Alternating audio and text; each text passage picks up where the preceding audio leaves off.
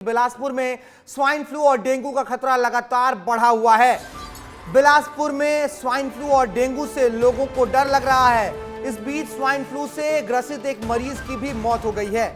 बताया जा रहा है कि स्वाइन फ्लू से पीड़ित 33 साल की महिला की इलाज के दौरान मौत हो गई, जबकि 2 नए मरीजों की भी पुष्टि हुई है। स्वाइन फ्लू के मरीजों की संख्या बिलासपुर में 100 तक पहुंचने वाली है। स्वास्थ्य विभाग ने स्वाइन फ्लू और डेंगू के बढ़ते खतरे को देखते हुए अलर्ट भी जारी किया है, लेकिन अब तक अगर हम समझे मरीजों की संख्या तो वो 96 मरीजों की पहचान हो चुकी है जो कि स्वाइन फ्लू से ग्रसित हैं और इनमें से 40 एक्टिव केस भी सामने आए हैं। आशीष दुबे मेरे सहयोगी इस खबर पर मेरे साथ जुड़ गए हैं। आशीष, बिलासपुर में लग रहा है जैसे कोई कहर बरप रहा है, कभी डेंगू से खतरा, फिर मलेरिया और अब जो है स्वाइन फ्लू लोगों को डरा रहा है। देखिए, स्वास्थ्य के मामले में भारत आप ऐसा कह सकते हैं, क्योंकि हम आप लगातार इस मुद्दे पर चर्चा भी कर रहे हैं कि जो जिले में डेंगू, डायरिया, मलेरिया, हैजा और इसके बाद जो है स्वाइन फ्लू, लगभग सभी संक्रामक बीमारियां जो है बिलासपुर में पैर पसार रही है। अभी भी स्वाइन फ्लू के 100 मरीजों की पुष्टि हो चुकी है, 40 मरीज जिनमें सक्रिय हैं। सबसे बड़ी बात है कि हेमू नगर की रहने वाली एक 33 साल की महिला की सुबह ही मौत हो गई है, पुष्टि भी हो गई है। लेकिन बड़ा सवाल इस बात को लेकर के खड़ा जो होता है कि स्वास्थ्य विभाग सिर्फ जो है एक दवा आती है टेमी फ्लू, उसके भरोसे है।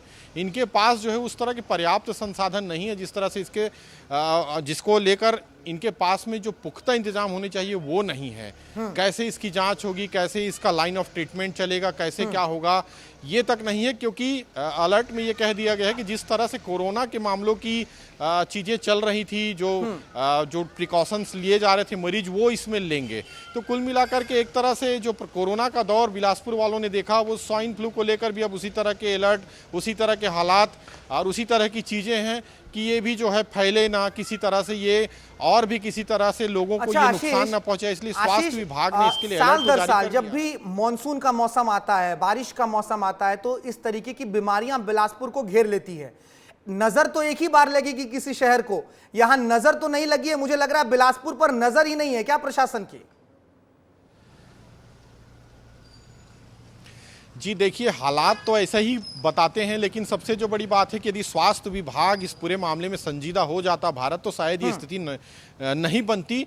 क्योंकि जो है बारिश जो होता है वो घातक होता है किसी भी जगह के लिए। बारिश के बाद जो संक्रमण होता है वो बहुत तेज़ी से फैलता है। छोटी सी मक्खी इतना बड़ा संक्रमण फैला सकती है, डॉक्टर एक्सपर्ट खुद बताते हैं।